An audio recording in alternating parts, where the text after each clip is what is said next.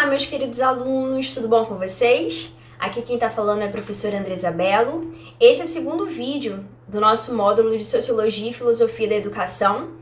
Fiquem atentos em relação aí ao calendário, né? Eu sempre faço a postagem dos vídeos e algumas turmas acabam tendo aula comigo, umas durante a semana e outras aos sábados. Então, fique atento em relação ao calendário, pois neste módulo, as turmas que estão estudando durante a semana vão ter 4 encontros, enquanto as turmas dos sábados terão apenas 3 encontros, tá bom? Então, esse é o vídeo de número 2. No outro vídeo, né, na última aula, nós estudamos ali sobre filosofia. Esse vídeo nós vamos falar sobre a sociologia, tá? Nós fizemos essa divisão. Hoje ainda nós terminamos todos os assuntos da nossa apostila e nós teremos um outro vídeo complementar com outro assunto para poder estar enriquecendo os nossos conhecimentos, tá bom? Peço que vocês fiquem atentos. Ao longo do nosso vídeo eu vou estar propondo uma atividade de interação para que você possa entregar no privado na nossa plataforma. Na terceira aula, nosso terceiro encontro, isso é válido tanto para as turmas durante a semana quanto as turmas de sábado, será ali feito o anexo, tá? Do nosso trabalho de conclusão de módulo. Então eu conto aí com a participação, o compromisso e o comprometimento de cada um de vocês para que nós possamos fazer o nosso melhor trabalho, né? Obter o nosso melhor resultado nesse módulo, tá bom? Eu quero com certeza que todo mundo já seja aprovado na primeira chamada, combinado? Bem, só relembrando, esse vídeo ele fica aberto, né, no YouTube para que outras pessoas também possam estar assistindo. E essa sociologia, essa filosofia que nós estamos estudando aqui é filosofia e sociologia aplicada à educação, tá bom? São assuntos cobrados em concurso, são assuntos aí cobrados para quem está seguindo a carreira de magistério, tanto para P1 quanto para P2, tá ok? Bem, sociologia. O que é sociologia? Se vocês forem parar para analisar, a palavra sociologia, ela tem a junção ali de duas palavras, vamos dizer assim, 2 termos, né? Nós temos ali sócio e nós temos a palavra logia juntos. Sócio, como a própria palavra já traz pra gente, traz a ideia de sociedade, né? A parte social. E logia significa estudo. Então, se a gente juntar esses dois significados, nós vamos ter ali o estudo da sociedade, ou seja, o estudo de todos os movimentos sociais, o que ocorre dentro da sociedade. Lembrando que a figura principal da sociedade é o homem. Então, o instrumento ali de análise social vai ser o ser humano, tá bom? Bem, a sociologia é uma ciência que tenta explicar ali a vida social e ela surge, né? Essa ciência vai surgir em um momento específico. Ele vai surgir ali de uma mudança radical da nossa sociedade, resultando ali no surgimento do capitalismo. Quem lembra, se recorda aí das nossas aulas de história, né? Na época do ensino fundamental, da educação ali básica no ensino médio, você deve se recordar que nem sempre, por exemplo, a Europa como um todo, né, os principais países ali, né, que a gente sempre está estudando, nem sempre eles sempre tiveram esse sistema econômico, político e social chamado capitalismo. O sistema anterior ao capitalismo é o sistema chamado feudalismo, né? Aqui a gente vai falar sobre a Europa porque neste momento, né, no iníciozinho, o Brasil ainda não havia sido colonizado. Nós, lógico, já tínhamos nativos, né, indígenas aqui habitando, né? Porém, a parte em relação assim a registros, literatura, vai começar principalmente ali no ano de 1500 com o processo de colonização do nosso país. Então, quando nós falamos ali muito sobre o feudalismo e o capitalismo, nós temos a nossa ideia ali dos países ali da Europa Ocidental, tá? Por que nós vamos ter esses países como uma representação de cultura? Porque são esses países que vão dar ali origem à colonização quando se iniciam os processos das grandes navegações, tá bom? Bem, o capitalismo foi uma mudança muito radical, dura na nossa sociedade, é um sistema político muito criticado até hoje, teve diversas consequências. Nós vamos ter oportunidade de falar um pouco melhor sobre esse sistema. Nós vamos estudar um pouquinho, né, nesse vídeo que nós vamos ter para o próximo encontro, sobre ali o feudalismo, e nós vamos também conhecer um pouquinho melhor sobre o capitalismo e a transição do sistema feudal para o sistema capitalista, tá? É bem interessante porque não mudou só a forma de viver em relação política e econômica, mas também mudou muito a relação ali do ser humano, né? Como que o ser humano era no feudalismo e como que ele se transformou no capitalismo. Nesse momento, como o capitalismo trouxe diversas mudanças, eu acredito que inúmeras negativas para a maior parte da população, houve ali, né, uma necessidade de estudar um pouco melhor sobre a sociedade, sobre as suas influências na vida das pessoas. E lá no século XVIII foi marcado por diversas transformações. Lógico que a sociedade ela não fecha os olhos feudalismo e abre os olhos no outro dia capitalismo, né? Vai surgindo um processo e esse processo de transformações vai fazendo o homem ali ser visto de uma nova forma dentro da sociedade. E esse homem, como um novo homem a ser analisado dentro da sociedade por essa ciência chamada sociologia, ele é um novo objeto, né, no caso ali de estudo, ele traz essa curiosidade como um novo objeto de estudo. Essa situação ela foi gerada pela Revolução Industrial e a Revolução Francesa. Nós vamos falar um pouquinho também delas no próximo vídeo, né, no nosso próximo encontro.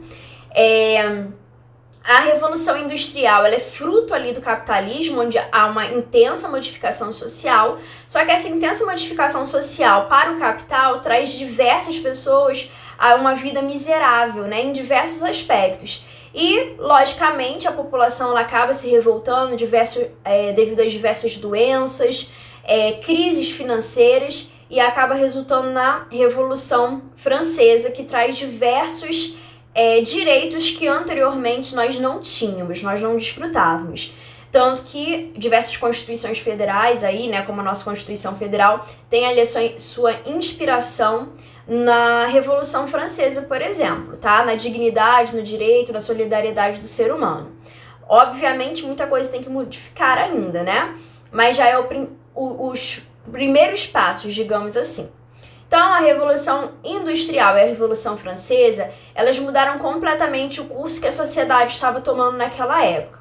A Revolução Industrial, por exemplo, ela representou a consolidação do capitalismo, uma nova forma de viver, a destruição, né, de costumes e instituições que outrora existiam ali dentro da sociedade feudal, e a automação, o aumento de suicídios, prostituição e violência, a formação ali do proletariado e outros mais.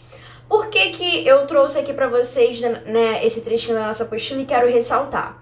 A Revolução Industrial é o ápice, aquilo que marca, né, literalmente que o capitalismo chegou para ficar.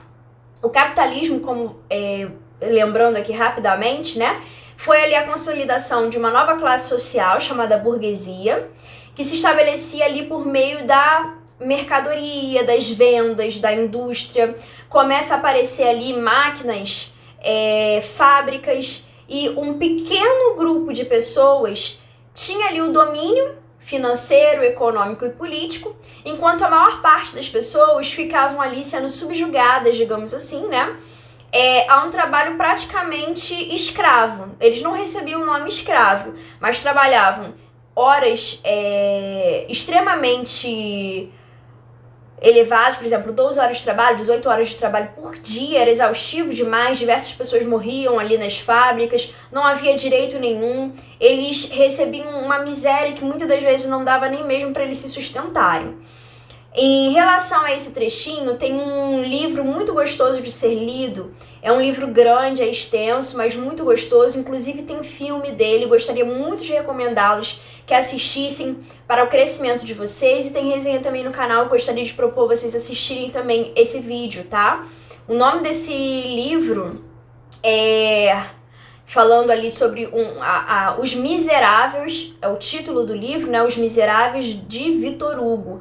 Vale muito a pena ler, é um pouquinho grande, quase 2.000 folhas, mas é uma história ali de crítica social. Victor Hugo, nesse livro, Os Miseráveis, ele faz uma crítica de como a sociedade estava mediante esse novo sistema, né? E aí você vê ali, por exemplo, o aumento de suicídio. Diversas pessoas se matavam porque não aguentavam ali aquele ritmo, né? A troca das pessoas, né? Antigamente nós tínhamos a figura ali, por exemplo, do artesão, e agora essas mesmas pessoas estão sendo substituídas dentro da sociedade por maquinários. A prostituição, né? Esse livro, inclusive, Quem assistir a resenha vai poder reparar essa história. Tem ali a personagem chamada Fantine. Ela fica grávida, né, de um namorado que ela teve, um namorico. Ela fica sozinha porque o rapaz a abandona. Ela tem que trabalhar diversas horas por dia, não consegue ali dar conta da criança, né, em relação ao sustento. Ela tem que vender os seus cabelos, os seus dentes. Ela se prostitui para tentar ter dinheiro para poder sobreviver e também ali garantir o sustento da sua filha. Então há uma mudança social brusca nesse novo sistema, né? Essas novas exigências, elas vão paulatinamente modificando ali o pensamento moderno, que vai se tornando, né, racional e científico, substituindo ali as explicações teológicas, filosóficas e do senso comum. Na aula anterior, né, no vídeo anterior, a gente estudou ali sobre o que seria uma visão do senso comum, uma visão teológica. Nessa época, muitas das vezes, quando a pessoa ela ficava, por exemplo, doente, no sistema feudalista, tudo era atribuído. Nós temos ali a figura da igreja, né, como uma figura muito forte. A igreja católica ela não representa só a fé, mas principalmente um poder político. E nessa época as pessoas não tinham acesso ao conhecimento como nós temos hoje. Então, muitas das vezes, se a pessoa ficasse doente, algumas pessoas falariam que aquilo dali ela tá pagando, né? Ah, foi algum pecado, né? Deus quis assim. Ou quando uma pessoa não consegue engravidar, a pessoa tá debaixo de alguma maldição, esse tipo de coisa. Dentro desse sistema capitalista, surge ali a filosofia, um pensamento mais científico, um pensamento mais racional, e há também uma valorização do conhecimento, um desenvolvimento tanto industrial como também ali, por exemplo, da medicina, que é uma ciência. E aí vai possibilitar perceber que não necessariamente aquela pessoa está debaixo de maldição, mas às vezes é uma doença que pode ser tratada, né? Bem, na Revolução Francesa encontram-se filósofos a fim de transformar a sociedade. Nós temos ali os iluministas. Por que iluministas? Eles vão criticar, né, quando a pessoa, ela, na sua ignorância, explica tudo por meio da fé, só que essa fé muitas das vezes é uma fé irracional, que muitas das vezes ali falta uma iluminação. Então esse iluminismo traz a ideia de iluminação. Algumas coisas poderiam ser justificadas, como o mesmo exemplo que eu dei de doença. A pessoa tá ali com um problema no estômago, tomar um remédio e ela vai ser ali curada, digamos assim. Por quê? Porque o conhecimento traz essa iluminação que os iluministas lutavam. Bem, esses filósofos na sociedade, eles também objetivavam demonstrar a irracionalidade que a sociedade vivia, quer dizer, as pessoas não pensavam, né? E as injustiças de algumas instituições. As pessoas não tinham ali tanto conhecimento. A gente costuma falar muito isso no curso de formação de professores, que o conhecimento ele traz pra gente a possibilidade de ser liberto, questionar, né? Quando a gente não tem uma educação, a gente não tem conhecimento, a gente é obrigado a acreditar no que falam pra gente. Mas a partir do momento que a gente começa a questionar, a gente percebe que a nossa sociedade, ela sofre diversas manipulações ali silenciosas. E muitas das vezes a gente só está aceitando ali o que nos é proposto, o que nos é dito. Então, algumas pessoas, por falta ali de saber como lutar, reivindicar, a sociedade por diversas vezes ficavam ali vivendo essas injustiças sociais em relação, inclusive, perante as instituições. Vale lembrar que durante muito tempo algumas pessoas elas eram perseguidas, colocadas em fogueiras por questões religiosas, às vezes por apenas manipular ervas.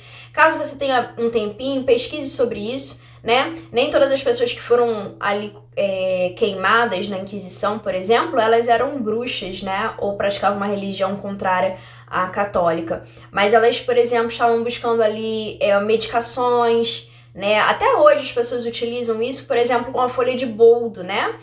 Essas pessoas na época do feudalismo, na sociedade feudalista, eram pessoas rurais, né? Agrícolas, que conheciam muito ali do saber do senso comum e utilizavam, manipulavam assim ervas e tudo mais.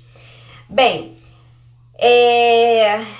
aqui continuando na nossa apostila, né? Havia ali um questionamento quanto a essas injustiças, pregando ali a liberdade e a igualdade dos indivíduos, que na verdade descobriu-se mais tarde que esses eram falsos dogmas. Então, assim, o que era questionado nessa época era que muitas coisas que eram propostas dentro da sociedade eram falsos dogmas que não havia sido proposto por Deus ou pela religião pura, mas sim pela manipulação má, né, de homens corruptos, né, de uma sociedade corrupta. Esse cenário vai levar à constituição de um estudo científico da nossa sociedade. Bem, contra a Revolução, pensadores tentam reorganizar ali a sociedade, estabelecendo uma ordem, conhecendo ali as leis que regem os fatos sociais. Era o positivismo surgindo e com ele a instituição da ciência e da sociedade.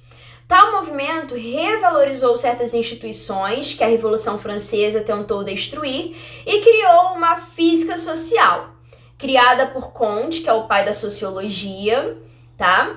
E outro pensador positivista é o chamado Durkheim. Aqui na nossa apostila tá aqui o nome de Durkheim. E o que eu quero trazer para vocês? Nós vamos ter aqui, na nossa aula de hoje, uns slides aprofundando sobre Émile Durkheim. Émile Durkheim, ele não é o pai da sociologia. Quem é o pai da sociologia é o nosso Auguste Comte. Esse aqui que tá só o sobrenome Comte, né? O primeiro nome dele é Auguste. Émile Durkheim, ele é o pai da sociologia da educação. Ele vai ter uma visão crítica da função social da educação para a sociedade, tá? Durkheim tornou-se aí um grande teórico desta nova ciência, se esforçando ali para emancipá-la como disciplina científica. Foi dentro desse contexto que surgiu ali a sociologia, que é uma ciência que, mesmo antes de ser considerada como tal, estimulou ali a reflexão da sociedade moderna, colocando como objeto de estudo a própria sociedade. Então, a própria sociedade, composta de homens, vai ser ali o objeto de estudo, tendo aí como os principais autores o Auguste Comte e o Émile Durkheim. A gente vai utilizar mais o Émile Durkheim no nosso módulo, porque ele é associado aí ao pai da sociologia da educação, tá ok? Bem, a sociologia da educação ela é uma disciplina que estuda os processos sociais do ensino e da aprendizagem. Então, pega isso aqui, porque essa é a parte mais importante para o curso de formação de professores. A sociologia da educação como uma disciplina que estuda ali os processos sociais do ensino e da aprendizagem. Então, como que a escola, a educação pode ser utilizada a favor de processos sociais?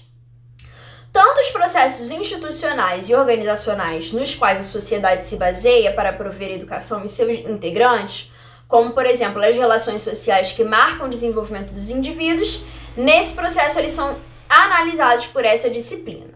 No próximo slide, a sociologia da educação é uma vertente, né? Ela é uma das linhas, né, que vão surgir por meio da sociologia, que vai estudar a realidade socioeducacional e os processos educacionais da socialização. Vai ter ali como fundadores o Émile Durkheim, Karl Marx e Max Weber, né? Karl Marx e Max Weber, eles são muito ali vinculados à ideia do marxismo mesmo, tá? Eu optei por desenvolver um pouco melhor, mais uma vez falando, o Émile Durkheim, para não ficarmos muito soltos com vários nomes, né? Nós poderíamos estudar diversos autores aqui, cada um desses de maneira mais aprofundada, mas devido ao tempo, vou me aprofundar mais em Émile Durkheim, porque tem tudo a ver com a nossa formação. Inclusive, caso você faça aí um concurso, você vai ser cobrado ali muito mais Émile Durkheim do que qualquer outro, ok? Bem,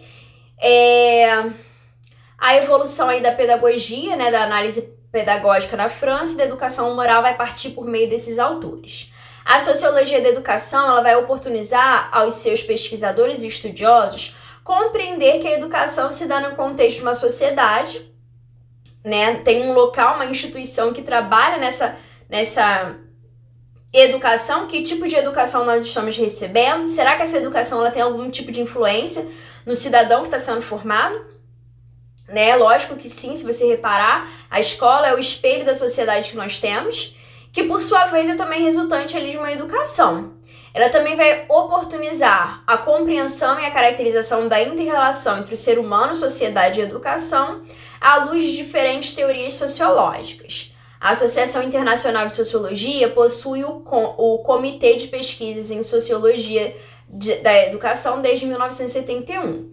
No Brasil, um dos pioneiros da sociologia da educação foi Fernando Azevedo, né? Ele vai ser ali um dos que vão assinar o Manifesto dos Pioneiros, ocorrido em 1932. Em outro momento a gente fala um pouquinho aí sobre o Manifesto dos Pioneiros.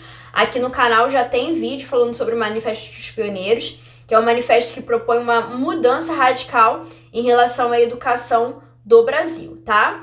E ele é responsável aí pela reforma do ensino no então Distrito Federal em 1927. Foi ainda um dos intelectuais responsáveis pela fundação da Universidade de São Paulo, a famosa USP, lá no ano de 1934. Bem, vamos chegar nesse ponto da nossa aula e desenvolver um pouco mais sobre Émile Durkheim, que é esse teórico aqui que está aparecendo nessa imagem.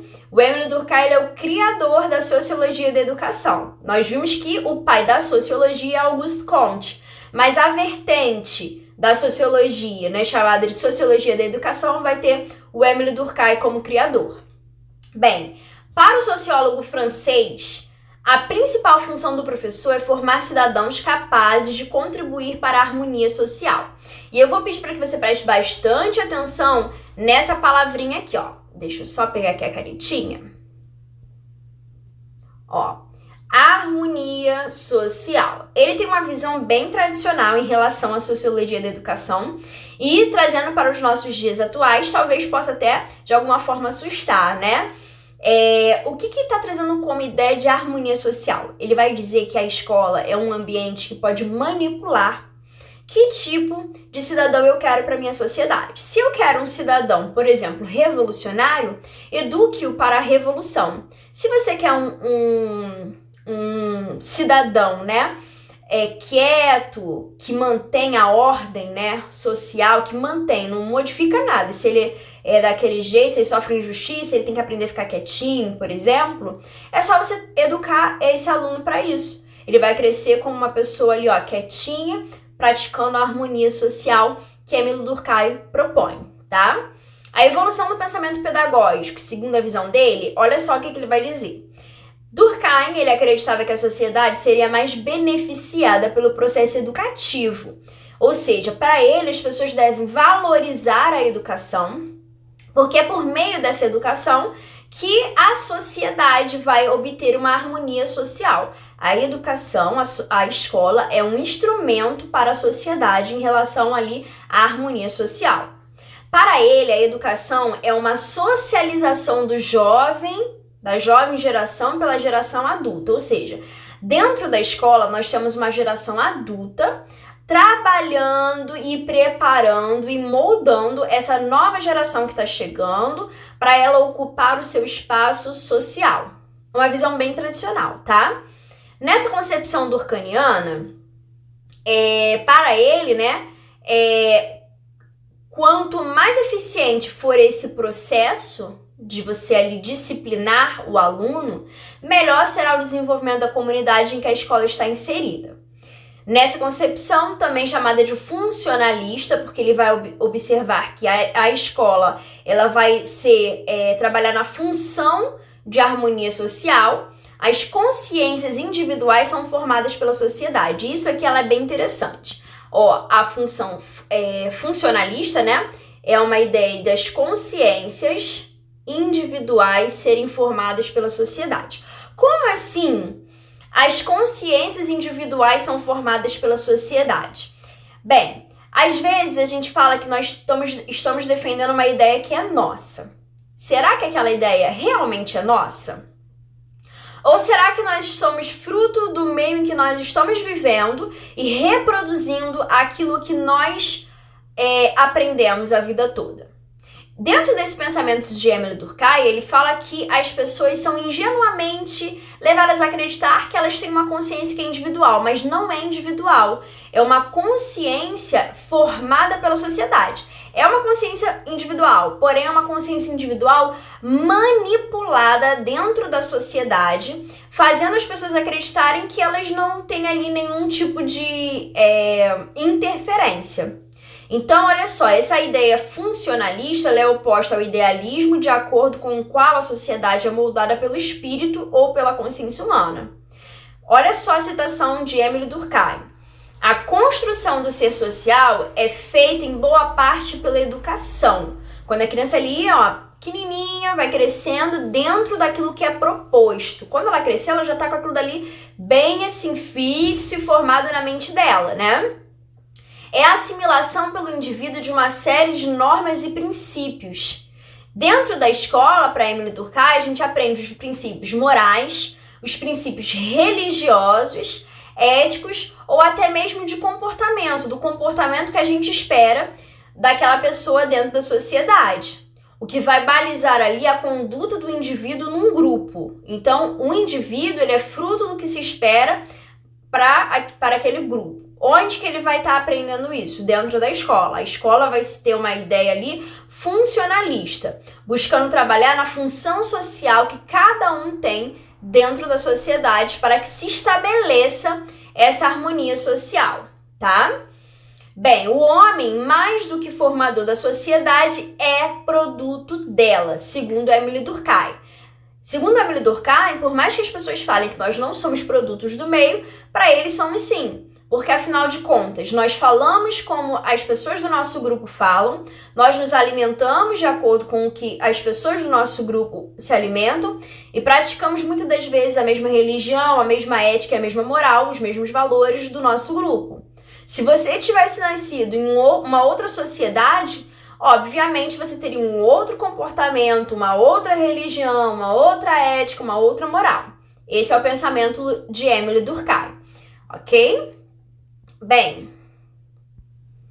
essa teoria de Émile Durkheim, essa teoria funcionalista da educação, além de caracterizar a educação como um bem social, a educação ela deveria para Émile Durkheim ser vista como um bem social, porque é ela que forma os cidadãos. Para ele vai relacionar esse bem social pela primeira vez às normas sociais e à cultura local, diminuindo as capacidades individuais, as capacidades, né, individuais têm na constituição de um desenvolvimento coletivo. Ele vai falar que vale muito mais a força do produto do meio do que uma única pessoa se levantar tentando modificar. Tá? É até parecido com o que a gente viu ali no mito da caverna, né? Uma única pessoa, se ela conseguiu obter uma informação diferente, um pensamento diferente, se ela comentar às vezes aquele pensamento diferente, muitas das vezes as pessoas não vão entendê-las e vai ali haver uma represária. Então, para ele diz que ele não está se preocupando ali com... A gente não deve se preocupar com os indivíduos soltos, isolados, mas sim como eles, sendo fruto do meio em que eles estão vivendo, moldados de acordo com aquilo que se espera deles. Então, todo o passado da humanidade, para ele, contribui para fazer o conjunto de máximas que dirigem os diferentes modelos de educação, cada uma com uma característica que lhes são próprias, tá? O ensino público e laico, segundo o Émile Durkheim. O ensino público é aquele ensino que é para todos. Émile Durkheim ele defende o ensino público, porque ele é maravilhoso, bonzinho. Não, bem, não é esse o que a gente quer chamar atenção aqui. Por que ele está falando público? Público não quer dizer gratuito, tá? A gente não pode vincular público ao gratuito. A educação brasileira é um dever público e gratuito, educação básica, mas está escrito público e gratuito junto. A gente não pode confundir a palavra público e achar que o público automaticamente é gratuito, porque não é. Quando a gente tem a palavra público, significa dizer que ali é para todas as pessoas, sem nenhum tipo de discriminação. Ele vai defender o ensino ser público, porque como que você vai moldar toda a sociedade se você não tiver contato com todas as pessoas da sociedade? Meninos e meninas, enfim, é assim. E por que laico? Porque laico é aquele que não tem ali uma vinculação direta com a religião, né? Que não levanta ali uma bandeira própria a respeito de uma única religião. Segundo Durkheim, o papel da ação educativa é formar um cidadão que tomará parte do espaço público. Quem vai tomar parte do espaço público? Todas as pessoas da sociedade, então todas elas têm que ter acesso a esse mesmo ensino para que possa ser garantida a harmonia social. Então, não somente ali o desenvolvimento individual do aluno, mas o espaço coletivo. Nas palavras de Durkheim, A educação tem por objetivo suscitar e desenvolver na criança estados físicos e morais que são requeridos pela sociedade política no seu conjunto.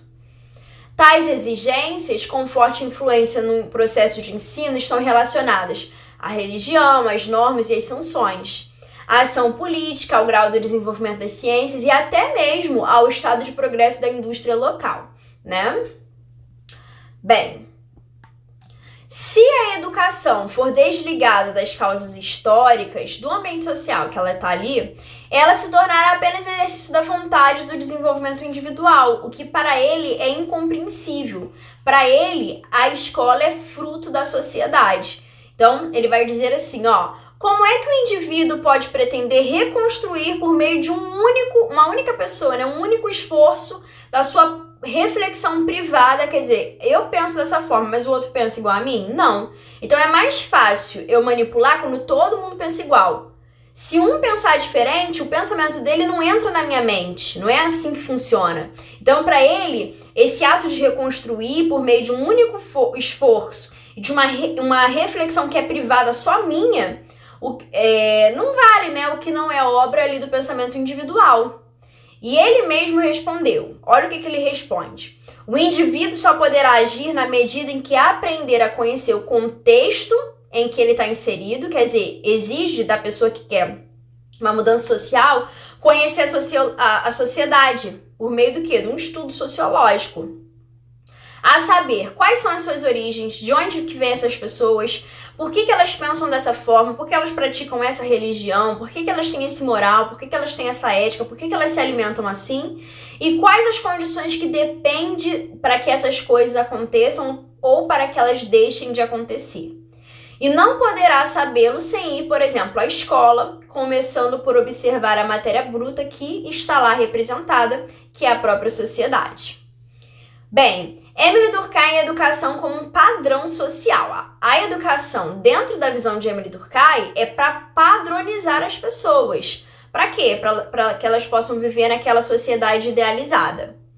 Bem, a elaboração, a adoção e a socialização foi uma grande conquista para a educação brasileira, porque houve ali a padronização na indicação dos conteúdos curriculares e uma clara demonstração de que o governo espera dos jovens que deixarão os bancos escolares nos próximos anos. O professor Demerval Saviani, muito conhecido aqui no nosso país, né, na área da educação, da Unicamp, ele vai dizer que esse fato tem certa relação com as concepções de Durkheim. Porque, olha só, Saviani ele vai falar que não é diferente do que o Durkheim propôs. Ele vai falar que assim, a gente às vezes se surpreende com esse pensamento tradicional de Émile Durkheim, porém se a gente observar a maior parte das escolas brasileiras e até mesmo o currículo que é proposto para as escolas, a gente vai reparar que o currículo ele é manipulado. Quem foi que escolheu os conteúdos que vão ser ministrados dentro da escola? Será que nós temos ali a liberdade de ensinar ao nosso aluno, por exemplo, sobre mudança social, sobre a reflexão, sobre a crítica, sobre democracia de fato? Dentro dessa concepção aí de Demerval, trazendo uma crítica e falando que a nossa sociedade faz isso, por mais que a gente se espante, ele vai falar que os currículos, né, os conteúdos, são sugeridos para todas. Todas as pessoas estão ali guiadas pela BNCC, que é a Base Nacional Comum Curricular para a Educação. Os conteúdos são os mesmos para todas as crianças, independente do estado, né? Seja ali, sei lá, Rio Grande do Sul, Rio de Janeiro, São Paulo, Pernambuco, todos os estados. Todas as crianças do primeiro ano, do segundo, vão estudar a mesma coisa. E ele vai falar assim, esses documentos mostram as necessidades da sociedade. Que tipo de sociedade eu quero? Então é esse o conteúdo que está sendo ministrado. Agora, cabe aos estabelecimentos de ensino pegar essas indicações e moldá-las aos estudantes. A ideia de fundo é colocar as pessoas certas nos lugares certos, onde a comunidade precisa. Então, assim, a gente tem que questionar por que eu estou aprendendo isso. Tanto é que, por exemplo, na época da ditadura militar, algumas disciplinas foram retiradas da grade, como, por exemplo, a disciplina da filosofia e sociologia eram disciplinas que eram retiradas facilmente. Por quê? Não é interessante termos pessoas que reflitam, questionem, né? Se você ensinar isso à pessoa, pode ser um perigo, né? Você ensinar isso para o seu aluno, porque ele pode querer começar a questionar a sociedade em que ele está inserido. Olha só, a importância da sociologia e filosofia da educação no curso de formação de educadores, né? Diversos autores vão discutir o papel para uma compreensão crítica da realidade social, política, econômica e cultura na qual a escola e a educação estão inseridas, e contribui para uma formação de educadores com uma visão crítica que possa formar indivíduos que compreendem, né, e transformem ali a realidade onde vivem. A educação, entendida como uma prática social que busca formar indivíduos para a vida em sociedade, deve ali proporcionar uma visão que os permita a uma compreensão da sociedade em todas as suas dimensões. Para tanto, se torna necessário ali um currículo em que seus conteúdos e as suas práticas possibilitem uma problematização, uma reflexão crítica das realidades sociais, das relações de poder existentes na sociedade, pois como se discute ali, né, esse autor ali, ele vai dizer assim, ó, o modo como a sociedade seleciona os conteúdos que vão ser ministrados, classifica quais são os mais importantes. Às vezes a gente acha que só é importante matemática e português e despreza as outras disciplinas. Por que há esse desprezo? Será que isso é algo intencional?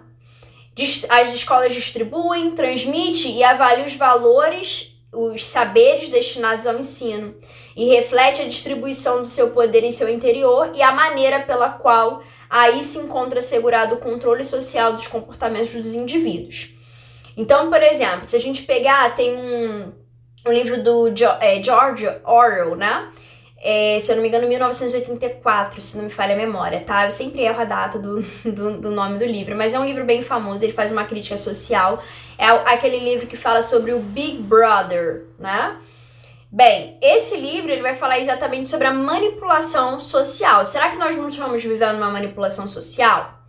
O personagem principal desse livro do George Orwell vai dizer que ele trabalha num setor do governo onde ele manipula as informações que são passadas. Então, assim, esse livro é um livro ali que é uma ficção, né, mas faz uma crítica da sociedade, falando que se nós não tomarmos conta, nossa sociedade pode entrar numa ditadura, como diversos outros países já passaram, como exemplo o próprio Brasil, onde são estabelecidos, né, órgãos do governo para manipulação da informação. Então, assim, por exemplo, manipulação dos livros didáticos, onde não há uma verdadeira, né, figura. A gente tem o que aconteceu aqui no Brasil na época de Getúlio Vargas, como, por exemplo, o nosso presidente Getúlio Vargas criou a Hora do Brasil, aquele programa da rádio, na época foi criada por ele, com o intuito de enaltecer o seu governo. E todo mundo que assistia, ouvia, né, ali aquela programação, acreditava que o governo estava tudo muito bom, show de bola. Então, as pessoas na época amavam muito o governo desse ditador Getúlio Vargas. Nós temos outros ditadores, como, por exemplo, o próprio Hitler, né?